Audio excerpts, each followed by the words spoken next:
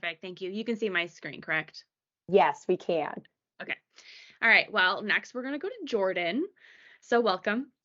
The town of Umm-el Jimal is located in northern Jordan on the southern Haran, and was continuously occupied from the 1st to the 8th century AD. Because the site was continuously occupied, it is of great significance for archaeologists and historians interested in understanding continuity and changes across the Nabatean, Roman, Byzantine, and early Islamic periods in the Near East. The purpose of this project is to use the analysis of human skeletal and dental remains to examine the lived experiences and biological health statuses of the common people that made up the Roman and Byzantine Arabia in late antiquity. So Umm Jamal is located in northern Jordan, just south of the Syrian border. It's like 5 miles, 10 miles from the Syrian border, in the southern Haran plain. The area is referred to as the Northern Basalt Plateau or Black Desert due to the presence of volcanic activity resulting in the formation of basalt, cobbles, and boulders. So there are two occupation areas at the site of Jamal. The first is the 4th century Nabatean and Roman village Al-Hiri, and on the map you can see that on the right. It most likely housed the civilian workers needed to build a Roman fort and also Roman soldiers. It was destroyed in the late 3rd to the 4th century AD, with people moving into the main Roman fort area that we refer to as Jamal. The second area was the actual town of Jamal. It's just 200 meters to the northwest. It was originally used as a fortification structure for the Roman imperial administrative buildings with no domestic structures at all. And then after the 4th century AD, domestic structures were built and it became the thriving Byzantine town. So the lack of grand and public monumental buildings at Jamal differentiates it from other larger urban towns such as Bostra and Drash, which is significant because instead of showing the splendor of Rome, Jamal represents the everyday, ordinary lives of subjects living under imperial control. So this is our occupation timeline that we use at Jamal. And I specifically am focusing on the Roman through the Byzantine time period. The settlement area of Jamal most likely began as a Nabatean caravan station in the 1st century AD, as evidenced by the Nabatean tombs and the inscriptions present at the site. Archaeological evidence also shows that these Arab tribes were culturally influenced by the nearby Nabatean capital Bostra, and that this mixing of cultures continued as Roman and later Byzantine imperial control moved into the Levant. So during the Roman Empire, fortifications called the Limes Arabica were built along the trade routes for protection, and the forts were later staffed with Roman military and administrative personnel. Roman troops began occupying the provinces of Arabia in the 2nd to the 3rd century AD, which is evident at Jamal with the building of the Commodus Gate, and also with the construction of the Praetorium, which is the officers' quarters. The Castellum, or main fort building, also referred to the barracks at Jamal, was constructed in the late 3rd century AD. So here's a map that I'm sure everybody is aware of, splitting the Western and Eastern Empire. Jordan is on the Eastern Empire, right in the middle of it. Eastern Rome between the 4th and 7th centuries is commonly referred to as the Byzantine Empire. This gradual transition from Roman Empire to the Byzantine period begins in the 4th century AD and can be seen at Jamal, which also shows an increase in prosperity during this period, both socially and economically. The estimated population in the late 5th to 6th century AD was between 6,000 to 8,000 individuals. Jamal was part of an agricultural network and secondary market to the larger cities.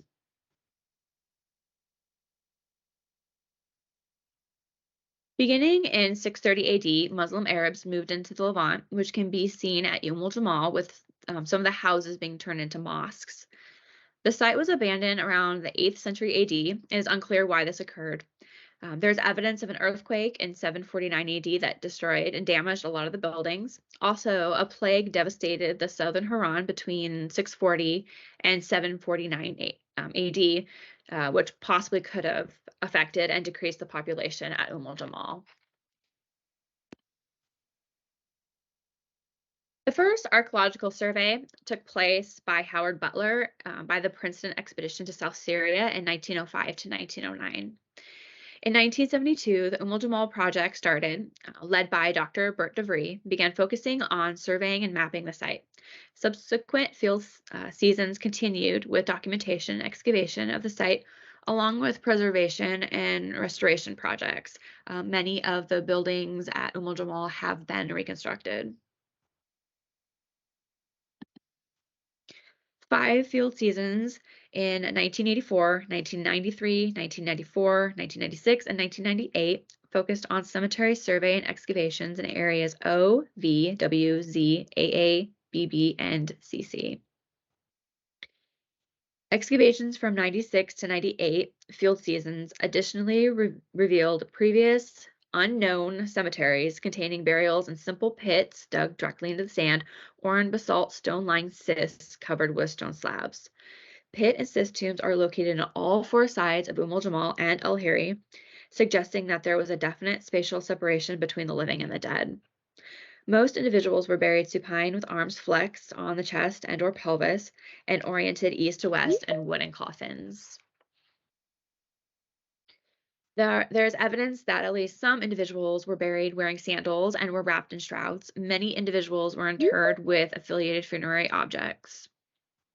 Most of those objects were jewelry. Subadults were also mostly buried with grave goods.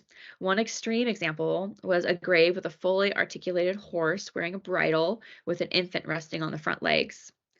Dating has been problematic due to the reuse of graves over time and the looting that occurred both in antiquity and in modern times. Dating has been accomplished using ceramics at the site, especially for the burials, and the burials date from the Roman to the Byzantine time period.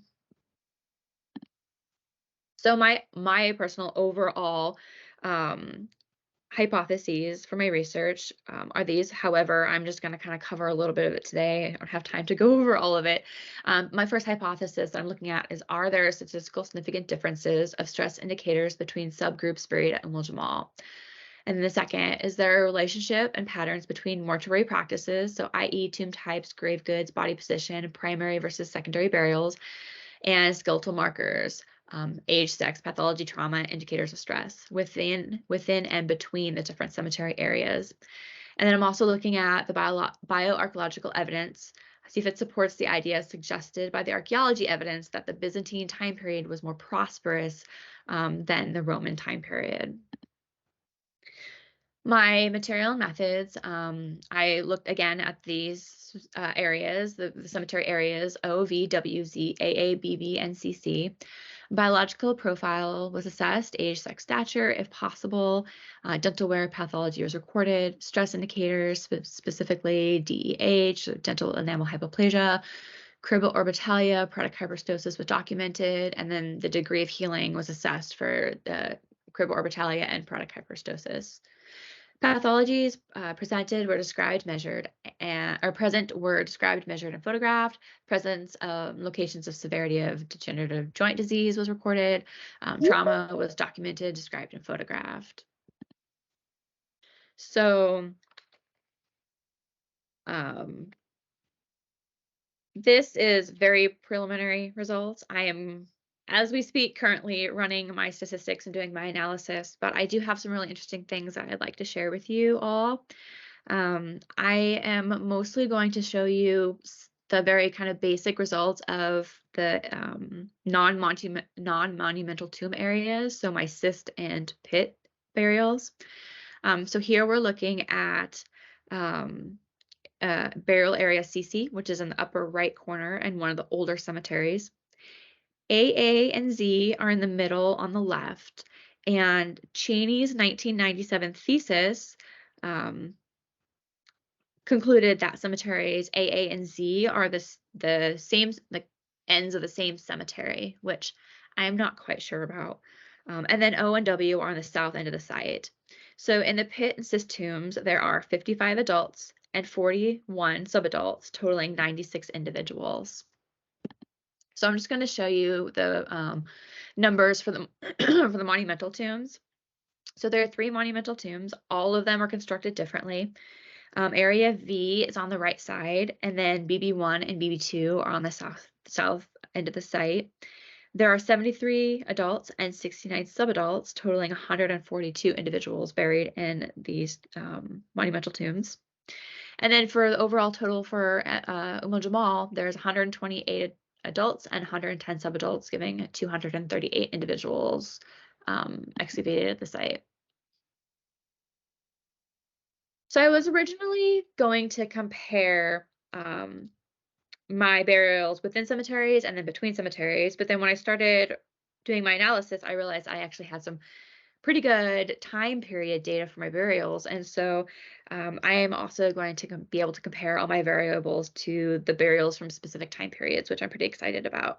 You can see that there are 10 late Roman or Roman to late Roman burials in the cyst and pit tombs, and 12 late Roman, early Byzantine, so that transition period, and then 3 mostly Byzantine, though the monumental tombs are Roman through Byzantine time period. So both the monumental tombs and the pit tomb, or both the monumental tombs and the pit and cyst tomb burials, there are a total of 128 individuals, with 22 of them being female, 41% male, and 37 are unknown. And sorry about this large table, but this table gives some results from the skeletal analysis so far. It's pretty broad, but I just kind of wanted to give a picture of what I'm starting to see at Umm-el Jimal. And it gives you a picture of kind of the disease, physiological stress indicators present along with trauma. Um, Most of the variables are compared by burials, except for the DEH incidences, and MNIs are compared by the individual numbers that are actually in the cemetery. Most of the individuals are from cemetery AA and 35, as you can see, or sorry, AA with 35 individuals and area Z with 38 individuals. And again, just a reminder, it's thought that AA and Z are 2 ends of the same cemetery. I think it's really interesting that cemetery AA has a higher rates and percentages of disease and stress indicators than Z, though it needs to be noted that many graves in the area Z were missing teeth, so the data may not be as representative as it could be. But there are some differences which I am excited to explore more. Another interesting observation I'd like to point out is that the high instances of spina bifida overall, I surprisingly saw more spina bifida at the whole site than I expected I was going to. So again, here's some preliminary results of the mortuary treatment. Um, and again, this is found within each cemetery area. So if you look at AA and Z, it's also interesting that there are some differences between the two.